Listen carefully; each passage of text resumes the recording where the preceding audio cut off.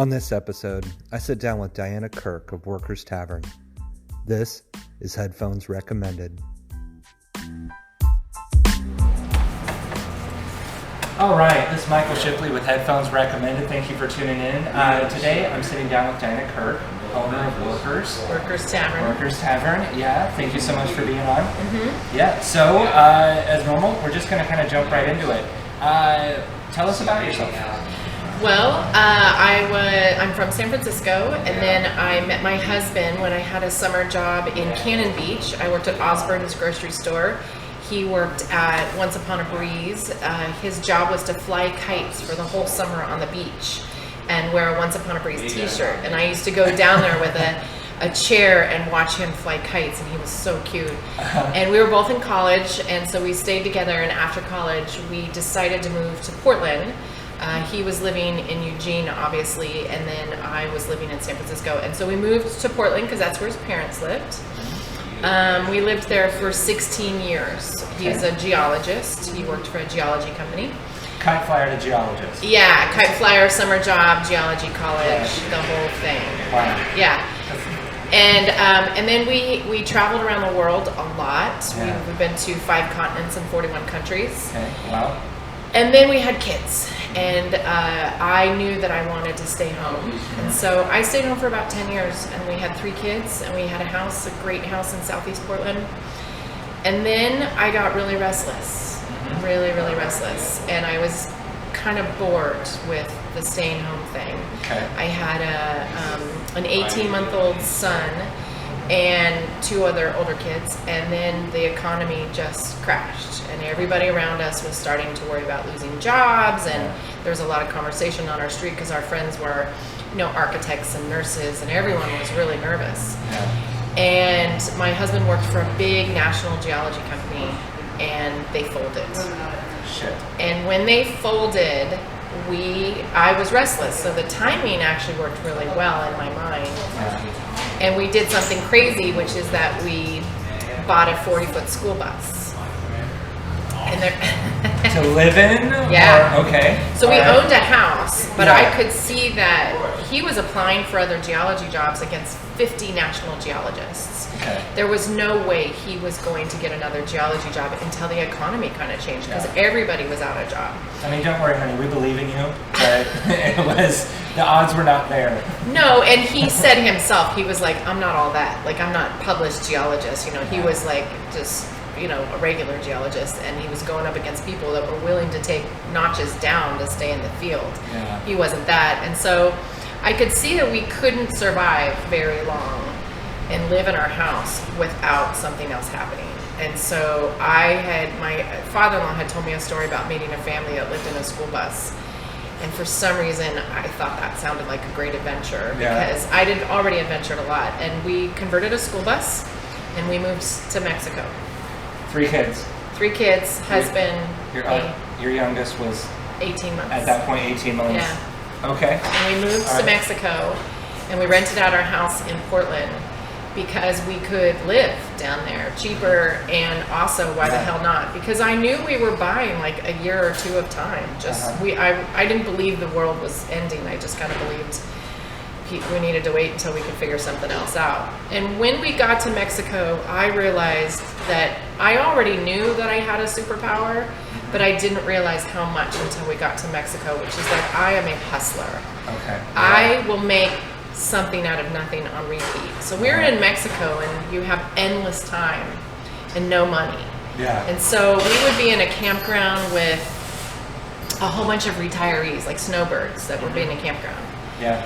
And it would be right on the beach and be gorgeous. And I would go to the owner of the campground, who was a Mexican, and I would say, do you want a website in English to attract other snowbirds? How about I trade a month camping for that? And then I would go and figure out how to make a website, because I wouldn't know how to do it. And then I'd meet all these snowbirds who were older Canadians or whatever, who would be in Mexico, and they wouldn't eat Mexican food because they're assholes. Yeah. And so I started making like lasagna in my school bus and selling it to the snowbirds. And I started doing this constantly. Everywhere we went, I would sit and figure out an opportunity to not live off the money necessarily because we were getting unemployment and stuff, but to figure out it was like a game for me. It was almost fun because I had nothing better to do. And I had my husband to watch the kids and whatever. And so we lived in Mexico for quite a while. And then we decided to go to Canada because I had met all these snowbirds that would do this trick, which is they would drive into the United States, they would buy a truck or a trailer or a big RV, they would drive it to Mexico for 6 months, and then they would drive back to Canada, import it and sell it and make enough of a profit to pay for the whole time in Mexico. So it's called gray trading. Okay, yeah. And so I was like, well, if they can do it, why can't I? Yeah. So we drove to Detroit. And Obama had just paid off everybody, all the workers in the car industry had paid off their mortgages, and they'd all been given a free car. Yeah. So there were tons of cars in Detroit. So we bought a truck and a trailer, and I drove into Canada and sold it. It was insane. My husband hated it. That was probably the worst idea he'd ever heard of. Did it feel dirty or what? It felt really dirty. It was so dirty that when we were exporting the car from the United States into Canada before we had a buyer, every single border agent that we had to go through for paperwork was like, don't do this. This is a super bad idea. You really shouldn't do this. And I was like, it's okay. It's just 50 grand worth of items and I got an idea. And it was nerve-wracking, to say the least. But we spent a month in Toronto mountain biking while we waited for a buyer. We found a buyer and sold it, and that was the first time we did it. Unfortunately, having all the knowledge of how to do it, my husband was not willing to do it again. Where I was like, hey, we made money. Let's go do it again. But it wasn't. This cow's producing milk. It wasn't the same as like making lasagna and selling it to like people in a campground. This was money. It was a lot of money, and it was a lot of paperwork and different countries, and we lived in a school bus, and it wasn't the smartest idea. But in that process, I was like, well, what if we do houses? Or like, I was thinking, should we take RVs to Australia? I had read that in Australia a Dodge Ram truck goes for like 100 grand, and we had just bought one for 25. Yeah. And so I was like, could we do that? In that process, I came up with this idea of buying a house. Flipping came into my head for the first time ever. Yeah. And that changed us forever because we ended up driving back to Portland, and I hatched a plan to buy our first house flip. And that's kind of how I got to Workers in the long run, because what I learned was I have a knack for that part of the world. Yeah. We came back, we met some friends for dinner. I told them I had this idea to buy a rental, and the next thing you know, they were like, we want in. The whole country was filled with foreclosure houses. Yeah. And yet they were all broken. That's why they were foreclosed on, is because the people had wanted to refinance their houses and get a new roof and get a new gutters, and they weren't doing it. So by the time it went to foreclosure, they were kind of busted up. Yeah. Yet there were, just because the economy crashed, it didn't mean that there weren't nurses at a hospital that still wanted to buy a house. Yeah, exactly. So I met a guy on Craigslist because I am weird, and it's only weird depending on where on Craigslist. It sounds dirty to me, I guess. It just sounds dirty. Yeah. I met a realtor on Craigslist who was a hustler. Uh-huh. And we met at a house, a foreclosure house, and he wanted to close the deal. And in the process, we became really good friends. And he literally taught me how to use cash, other people's cash, and how to flip. He taught me from top to bottom, and I spent about a month doing nothing but studying how to do this the right way, not in people who lose their shirts on it. Yeah. And ended up meeting a guy he knew who had cash and said, if you want to flip this house, I'll show you how to do it. The guy tested me for about an hour, made sure I knew the acronyms and the numbers and how to do financing and lending, and I didn't know how to do any of it, but I'm really good at figuring out how to do it Johnny on the spot, which is what I ended up doing. And our first house was so scary. Bought it for $125, put $25,000 into it, sold it for $2 something. Okay. And it was awful. The day we sold it, we had $40 in our bank account. We had maxed out every credit card, everything we owned. and paid it all back instantly on a Friday for $40. I think we had $50,000 in our bank account, and I remember going and looking at a second house, and I remember it was that crazy realtor I met on Craigslist, my husband and I, in the kitchen of this freezing cold house. It was all dilapidated, but I could see it fixed up. I could see it. And I remember looking at my husband and being like, I know how to do all this. Are you in? Like, I had to make a deal with him. And he was like, yeah. And we shook on it in front of the realtor in this house. And we did 9 houses that year, 6 the next. And that's how we started making money. Wow. And it was really scary. And at one point I owed like hard money lenders, like, you know, millions of dollars. I think I had 7 houses going at one time. In various states, and it was nerve-wracking, and we were still living in the school bus the whole time because we didn't know, this was all like an idea. Yeah.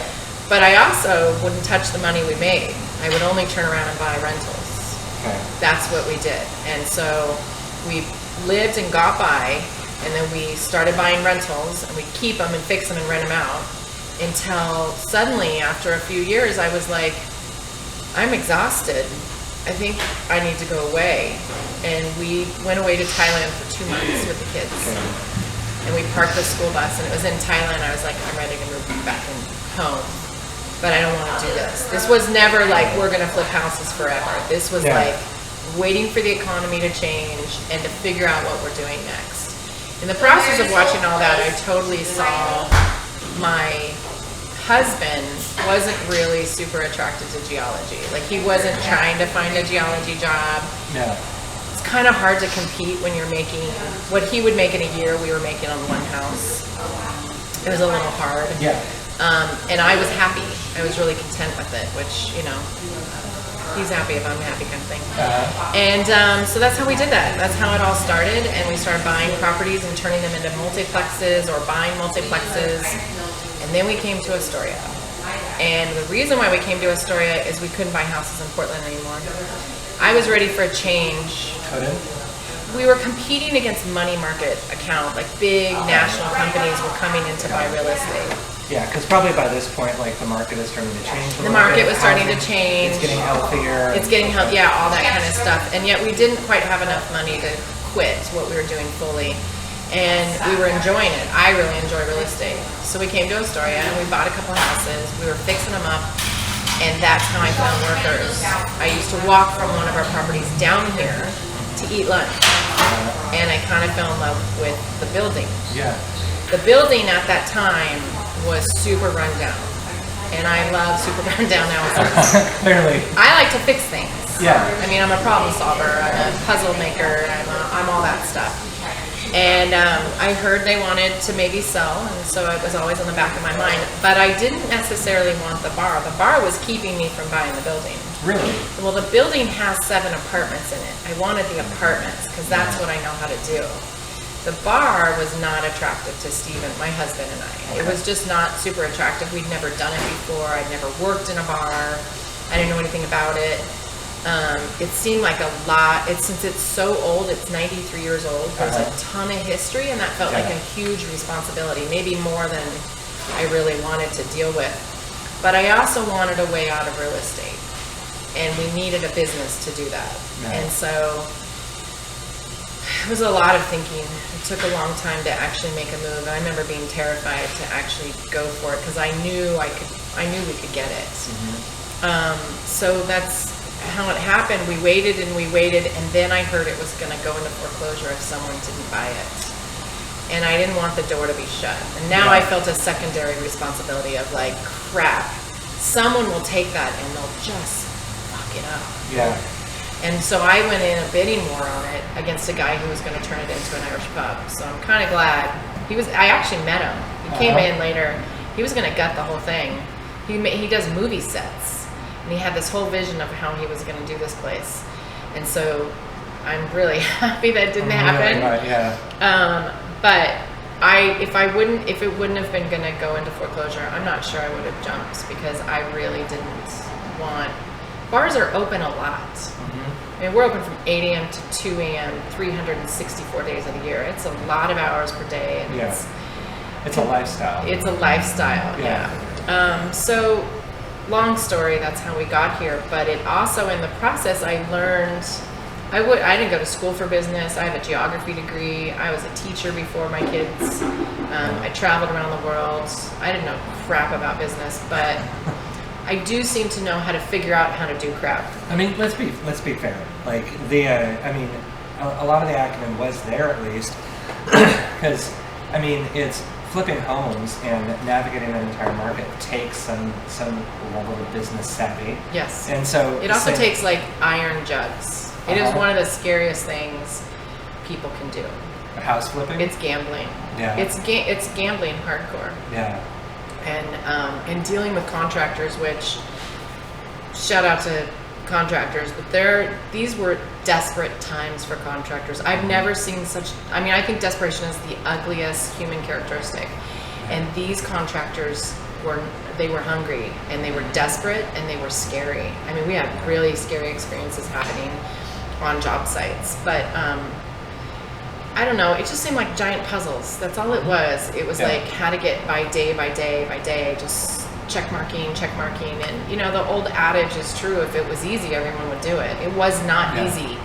We might have made 80 grand on a house, but you know, we made 5 grand on houses. We worked 7 days a week for a good solid 2 years. I feel like HGTV has been lying to me for years. I know shit, right? We can't watch those shows at all. We've tried to watch them, but they trigger us really bad. Oh yeah? Well, because everything's like an emergency. They make, you know, everything, we're not going to make a penny off this, and then they make 100 grand and you're like, shut up. Wait, this isn't run like Hell's Kitchen? Like, that's not, you know. Or Bar Rescue, all that stuff. Watch Bar Rescue, and I'm like, gross. But I was really excited because John Tafferty from Bar Rescue friended me on Facebook. Did he? Well, we came out with a Workers Tavern condom. It was really cool. It said, we know you've had a hard week, but we believe in you. And we believe in you and believe you can have a hard night. And they were super popular. And right after that, John Tafferty friended me on Facebook, and I was like, oh, I won. Yeah, exactly. It was really great. But no, I also had really good mentors all around me in that whole time that I was learning how to flip a house. For how I call him the crazy Craigslist realtor, he had a real estate license, but he was a huge hustler. Like, he had been moving. You meet them every now and then, business guys, where you can't really define exactly what they do. Yeah. They're opportunists, and they're really good at it. There's the guy, the realtor who helped me buy Workers. He's another one, Larry Bensell, who's in town. He just figures out how to do stuff, and he doesn't have a lot of fear. Yeah. So I had a really good lender who was a cash guy. He's a family of money. That's what they were. There was a dad and 2 sons, and they all had different areas of the United States that they lent money for house flipping. And he would fly into Portland, he would check my portfolio, he would check my budget, he would check the properties, he'd write me checks and walk away. And he did it for years for me. And so he was really great at teaching me things. That realtor was really great. And I had another realtor that would sell my properties because he was a little bit more fancy and uppity and like wore a tie. Yeah. And between the 3 of them, those 3 guys, they had my back. They really believed in me, and we just did one. But I did have a really strict rule about money, which is that I'm good with money, and I didn't touch it. Yeah. Because you're living in a school bus and you have $250,000 in cash in your bank account, and I wouldn't even let us buy like anything. Yeah. Like, no, I mean, if, like a trailer for our business would have helped, and I'd be like, no, we can do it without a trailer. Wow. So. Okay, let's get back over to, so you've decided, like, we've got, about 90 seconds or so left in this segment. So you've decided that you're going to go through and you're going to purchase and you're going to preserve workers. Did you find that you needed to be able to surround yourself with mentors who knew how to be able to operate a bar? Where did you find that information? Well, absolutely. I don't know how anybody can do anything without like finding people that can help you. And you can reach out to people you think should help you, and it doesn't mean they always will. Yeah. It's always surprising the people that do. And for me specifically, there's a man here in town who was my accountant at the time, who happens to own Astoria Brewing, Chart Room, and Desdemona. It's Steve Allen, and he's great. No, it's Andy's dad, Steve. And Steve knew I wanted to buy Workers. Yeah. And he did something that changed the game 100%. He handed me the books for the Desdemona. He just handed them to me, and he said, these are the last 2 years of our books. Because this place had no books at all. We had no idea how much money was coming in here. We had no idea how much anything cost. Nothing. This was a cash bar. It was an all cash system, and there were no records. So Steve handed me the books from the Desdemona that showed lottery, that showed income, that showed rental income, it showed everything. And I studied it hardcore, and that really helps. I mean, a lot. Like, I don't think we could have done anything. I couldn't do a pro forma. I couldn't do anything. I couldn't guess how much money this place was going to make. So when I had a lender who was like, this is how much your payment would be, I was like, I don't know how much money the bar brings in. Yeah. I have no idea. Completely blind. I'd sit in the bar and count people buying drinks and add them up to try to figure out how much they were pulling in a day. That's how bad it was. And so yeah, you never know. I want to get more into that transition period, more about lessons learned, because I'm sure there's a lot of people like me who at one point had this fantasy in this dream, like, I really want to own a bar. This would be great. Like, you know, we talked before we started of like the super cool factor. Yeah, you know, like it's, you know, you're the kid in high school who hosts the party. Suddenly you're the awesome one, and life's great. It's so weird because I think about this. If I had like a dress shop, people would not respect me as much. But yet I'm selling something that is, it's liquor or a dress. It's to me, you're still retail. Yeah. And yet with the bar, I get respect I don't deserve because I own a bar. Yeah. It's a weird fact, although you do have people's lives in your hands. It is true. Yeah. So I want to talk a little bit more about that experience, a little bit about the responsibility you feel there, and let's also kill some dreams for some people, or at least give them some reality. Some reality, right? yeah. All right, so we're going to take a quick break. Hang in there. We'll be right back. Okay, you ready? Yeah. Okay.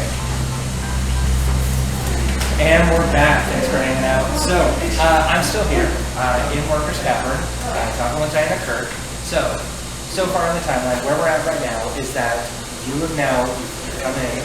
Yeah, at this point, like, did you realize when you purchased Workers that there were no books? Yeah, it was in the contract time. I had made an offer. I did not know there weren't any books before I made the offer. We had asked for some, and she was really private. She wouldn't say anything, and we were like, let's just roll the dice. It doesn't hurt to make an offer. Yeah. I didn't know she would take the offer, but she did, because she was on the timeline. Like I said, the building was going to go into foreclosure. So then we started. Once she accepted the offer, that's when the really like excruciatingly hard work started, which is that there were no books. She wouldn't give anything up, and I was trying to get a loan, and I couldn't get a loan on this building for anything because it was in such bad shape. Yeah. And nobody wanted to loan on a building in bad shape with no books. Yeah. So fortunately, I got my loan through Craftery, which is like a small town kind of lender. They really specialize in trying to keep people employed, which is a wonderful thing. And they worked with me a lot, as well as these few people I knew that kind of had knowledge. And we determined that there was another bar that was very similar to ours, and we could use their books to kind of see where this bar could go in its best state. Yeah. Was that Desdemona? That was at Desdemona 30D, because it is on the little outskirts of downtown, and it really helps. And then from there, for some reason, I'm a big researcher. I love to research. It might be my favorite part of anything, is figuring out how to do something. I started driving the coast and going to bars, and I would sit in bars, and I can talk to anybody. I can glean information from any human. It's another superpower. Yeah. And I would find the owners or bartenders, and they would teach me things. And the owners, some of them would literally be like, here's my phone number. You text me any time of the day with any question you have. And I would. Nice. I'd say, how did you figure out this or that? And I learned the business, and I made books so that Craft 3 was like, okay, we think you can do that. Now, because I didn't just borrow the money from the building, I borrowed money to repair the building. So we had to really show that we could get this back. And so I had to have a budget. I had a $300,000 repair budget, and I made it even harder on myself because I'm ridiculous, is that I would only hire Astoria contractors to work on the building, which is insane, except for one thing. This building is so famous that before I bought Workers, if I called a contractor to be like, hey, I'm working on this house that I'm flipping, can you do sheetrock?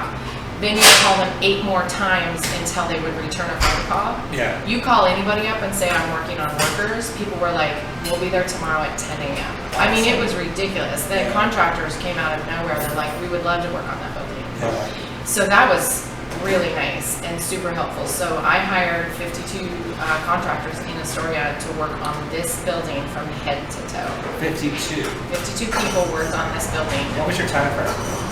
It took us I mean, as fast as possible. as fast as possible, but I think the last apartment was done 11 months after we purchased the building, because there's 7 apartments and the bar. Everything in the bar we did in the first couple of weeks, and then the bar was never my focus to fix up. It was the apartments, because none of them were working. The plumbing wasn't working, electrical wasn't working. That's why nobody was living in the building. Yeah. That was my focus, because that was income. The bar could sustain itself for years without us doing a lot, except for publicity. Yeah. And so it took us about 11 months to get it done, because we had setbacks. We had lending setbacks. Craft 3 had turnover from people. It was hard to get money from them. Yeah. There was also something that most people probably wouldn't have had to deal with, which is that Craft 3 was the lender of the previous owner. And she had defaulted so many times to them that they had a lack of trust with me that was real. I had that with not just them, but with distributors and everybody. I inherited a lack of trust. Yeah. And that was really hard to deal with, because I was like, I came to this building after doing 35 rehabs. I didn't earn that lack of trust. I had always paid my bill. And so that was really, it made me mad sometimes when I was like, I didn't do anything wrong. Why am I carrying the burden of someone else? But we got past that. But I had to prove myself, and I felt like I'd already proved myself previously. Yeah. But they didn't think I had. So you just start over. You just get through each day. You just keep trying different ways of thinking. Hard. And so out of the 7 apartments, are they, like, just pure curiosity's sake, do they turn into long-term rentals, or do they turn into short-term rentals? Well, I feel a little odd moral obligation to provide housing. Most of my properties in Portland and Astoria are affordable housing, and I felt like it was important, because of the history of Uniontown, Astoria, that we had housing for people who work here. This town lacks housing for workers, and so we decided that the upstairs 4 apartments, those would be long-term people. And right now we have Fort George employees, Boardstein Cannery employees, bartenders who work here. So it's very Uniontown people who work there. And then secondly is the 2 bottom apartments, we found out the zone had changed and they could not be residential street apartments because we're in a commercial zoning area. Yeah. So it had to be a business. But they were already apartments. And so I was like, well, I'm not going to turn an apartment into an insurance office. Yeah. So I asked the city, would an Airbnb count as a business? And they said yes. And that requires the least amount of financial input to change them over. So that's what we did. We turned them into Airbnbs because they're at street level. They're not upstairs. They're not secure in the same form as like a monthly. So it's a mix now. That's what it is, Airbnbs and monthly rentals, long term. Nice. So let's talk, what was it like? Usually, like when I talk to individuals like who open a business or start a business, there's a question like, what's it like the first day that you turn the key and you open it, but for you were already walking into something that's operating and running and going. And so... And famous. Yeah. And so, did you feel that level of responsibility to make sure that this was absolutely going to be successful? Well, I didn't know what successful meant because I'm not kidding. In our first month, I had no idea how much money we were going to bring because we didn't know. We didn't know anything. And if it wasn't for the fact that I had all these other rentals, Craft 3 would have never lent to me. But I could actually live for a while without getting a penny from this business.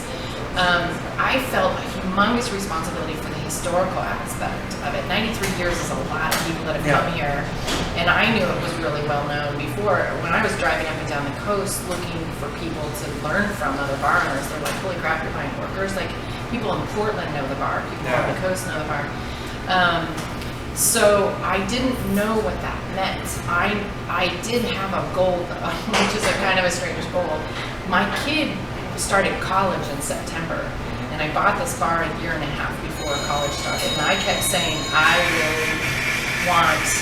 really need money for him to go to college, and I didn't have an income for that, and so I knew I had a year and a half to make enough money to help him in school. So I felt a lot of the responsibility for the historical part. I didn't know how to honor it. I wasn't really sure. So I knew that I knew the history of this was very unionized, and it was a very working class bar, and I wanted to push that. I wanted that to be more of a thing because it should be, and I don't want that lost in Astoria. It's such a historical town. But how I got there, I didn't know. And I remember there was a crowd of people here when I first bought the bar the first week or something, and they were all, none of them trusted me at all because I'm new and they knew what I was going to do. And I remember telling them, just think how fun it'll be at how many times you get to watch me fail. Because I will. I'm going to screw this up. And you get to sit on that bar stool and watch me while I have to do it. So, and I have a lot of times failed and a lot of times super succeeded. And I can't guess when one is going to happen one or the other. That's a crapshoot, you know what I mean? So. And so, any particular failures? I mean, I don't need like the total wipeouts, but what were some failures that you experienced that really brought lessons that you've been able to take with you through your time on the bar? Well, one of the ones that I find kind of depressing, it's not necessarily a failure, but more like a change in times that I wish wasn't there, which is that it's really hard to have live music. People want live music in the bars, but they're not willing to pay for it. And bands want a lot of money. And it's very hard to fill a bar with enough people to pay for the bands when you have really big breweries like Fort George or Seaside Brewing that do regular music and can afford to pay for it like it's a community service. I can't compete with that at all. And we do have live bands here, not all the time, but we do have them. And I do go into it with the thought that it's a community service, and I often don't make any money when I bring them. Even when we fill the place, I cannot make money because a band travels here, they want a lot of money. I'm sad about that being a failure of the times. It used to be bars like this had tons of live bands, but we didn't have breweries at the time. So we didn't have a venue like Fort George that can hold 100 and 150 people. Having a band, I can hold 49 people. So unless I charge a cover charge at the door, I can't cover the cost of the band, but then people aren't willing to pay the cover charge because they can go to Fort George and do it for free. That's not Fort George's fault, that's not my fault, it's just a sign of the times. In my mind, that's a little bit of a failure because I would like to do that more. I will say that you guys do something here that the locals are really familiar with, that I haven't found anywhere else, and that's Meat Bingo. Yeah, Meat Bingo I inherited. It's a cool thing on Sunday nights at 6:30. It's been Sunday night at 6:30 forever. It has a huge following. You win meat. You win, I'm not kidding, like sausage and bacon and stuff, but that's not what it's about. What it's really about is it's got like a following like Rocky Horror. Rocky Horror, they yell out things. Well, Meat Bingo, they yell out things, and they tend to be a little dirty because this is a bar. And people laugh and joke. It's really supportive, like in a crazy way. And they love it. We call it church because it's Sunday nights, and it's a lot of people. A lot of people bring friends from out of town. I used to bring friends to it from out of town. The night that the previous owner announced I was buying the bar was at Meat Bingo, where I had all my friends. So it's such a big deal that Vice magazine flew up a reporter and a photographer to cover it last year. It was a big deal. Really fun. Really fun. But, What's a success that something you're just really proud of? We had a target number this last summer that I thought would take us a couple of years to get. I had actually said it the previous year, the summer of 2018. I said, if we hit this number, we're all going to Vegas. We didn't hit it. We waited a whole year, and it's twofold. One was if we hit the target, I was going to take the whole staff to Vegas. But the second part was kind of how sweet and cute and how the staff got into it. So much so that the night they knew we were going to hit the number, they were all here and they put all their tabs together because they wanted to be the one that put us over. Yeah. And we did so good that we did it a couple of days before the end of the year, and then in a crazy twist, we did it the next month too. And so we went to Vegas in November, 10 of us. And it was hilarious and fun and bonding. And even though I wasn't there to party and do everything they were doing, I felt really good that we had created something and we had such a good camaraderie amongst our staff that they would want to see us succeed to this level. Because they were pushing hard. I mean, like, guys would come in here and they'd be like, I can go to Vegas if we hit a number. How about you buy a sweatshirt? And then these guys would buy sweatshirts. Fine, I'll send you to Vegas. It was so fun. It felt like a not necessarily a community, but a big group effort. And that I created that feeling, and I created that feeling of being proud of it. And then we created another feeling when we went to Vegas, and that's a cool thing. And did I catch it right? Did you go with them? I did go with them. Okay. I did not. Yes, I went with them and I took care of them. Holy crap! One more time for the mic. Go ahead. You took care of them. We left at 9 a.m. We got to Vegas and in our rooms at 6, and in that time I did not drink because I had to get everybody to their rooms. And I about lost my mind just trying to get us to check in the room because I had 9 people who required herding and water, and it was crazy. But it was so great for them. They had so much fun, and that's kind of all I cared about. I mean, in the process, I'm here to make money, and we did because we hit that goal, but they earned it. And they earned it from me learning this business and pushing them in the gentlest, forceful way I could, But I'm a big fan of rewarding hard work, and we'll do it again the next time we hit another number that will change. We'll go on other trips, and I try to do that a lot with my staff in general. I want them to have fun. This is a bar, and if you're not having fun owning and working in a bar, that's our entire purpose. It's stupid. If this is too hard for you, there's too much money involved to not enjoy it. So let's talk about that a little bit then. What's future? What's the future look like for Workers through the eyes of Diana Kirk? Well, I know Workers is a big deal, and a lot of people think I'm the owner of Workers, but I own a lot of other real estate, and I just turned 50, so I really thought going into 50, like, what do I want? What more do I want? Well, with 3 kids, I have to get through college, so it's really important to me. I'll be done in 10 years with everybody going to college if the world spins perfectly on its axis the way we predict. I know, isn't that cute? With children too. But I have other goals in the fact that I don't work at the bar. I don't manage the bar. I keep an eye on the bar. I'm kind of the face of it. I really love marketing. I really love going out and kind of making Workers really well known. But I'm interested in other businesses too. I had to think if I wanted to do more business this year. That was one of my goals in turning 50 is, what do I want next? I'm semi-retired. My husband's semi-retired now. And I realize I'm not done. I really love this area of Astoria that we're in. I really like to see creating jobs. I really am interested in housing. I'm also a published author. I really like to write. I would like to do that more. As far as Workers goes, Workers is doing financially really well. The building is doing really well.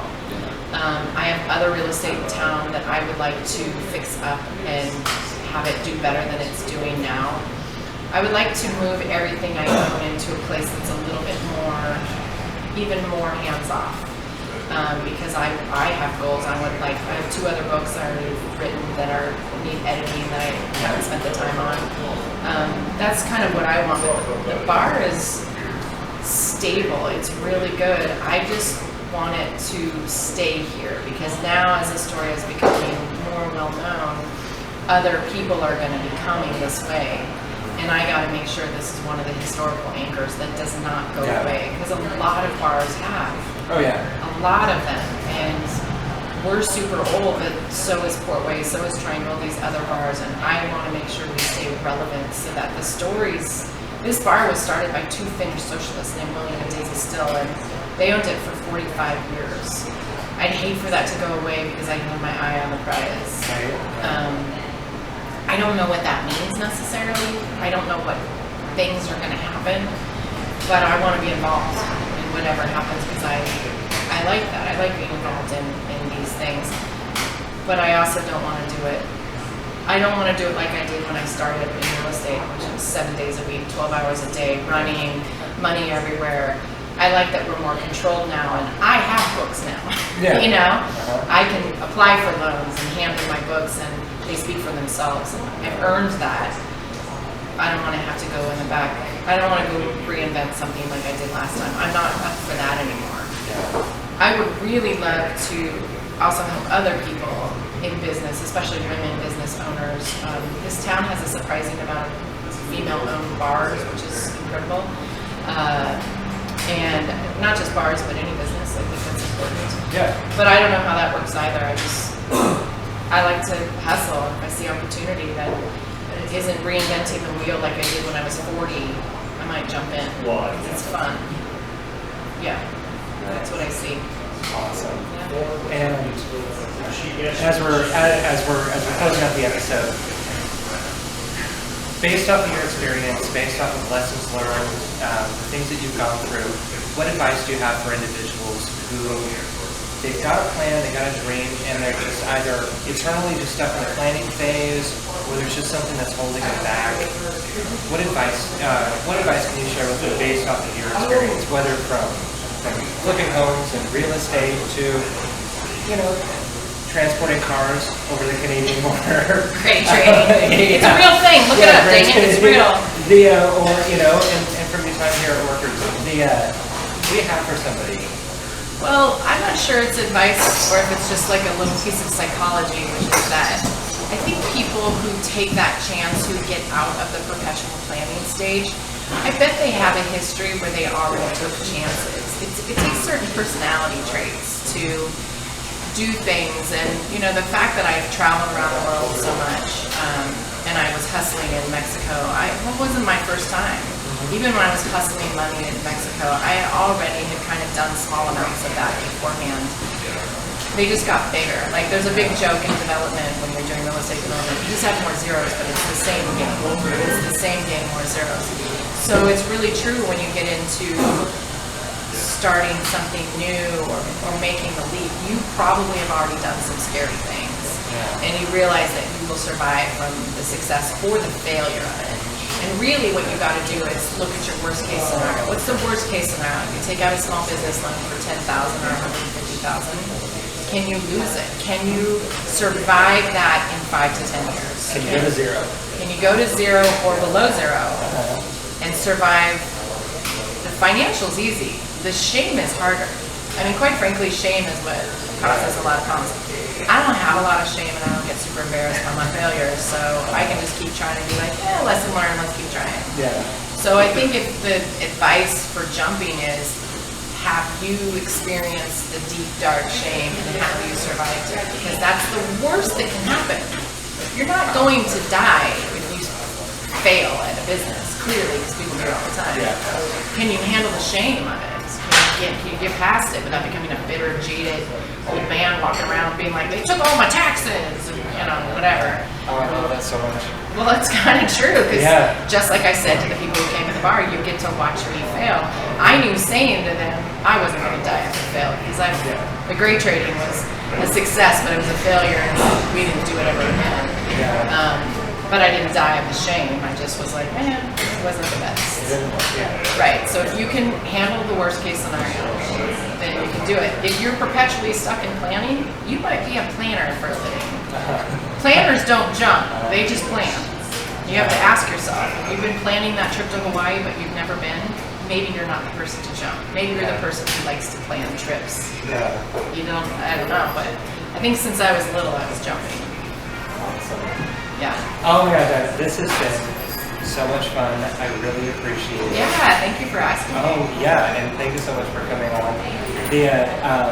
Again, Diana Kirk. If you haven't been to the Workers, maybe come to church.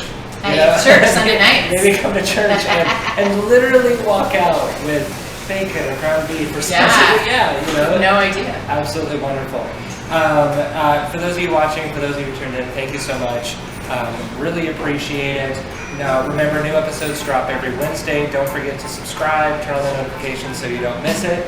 Until then, get to it.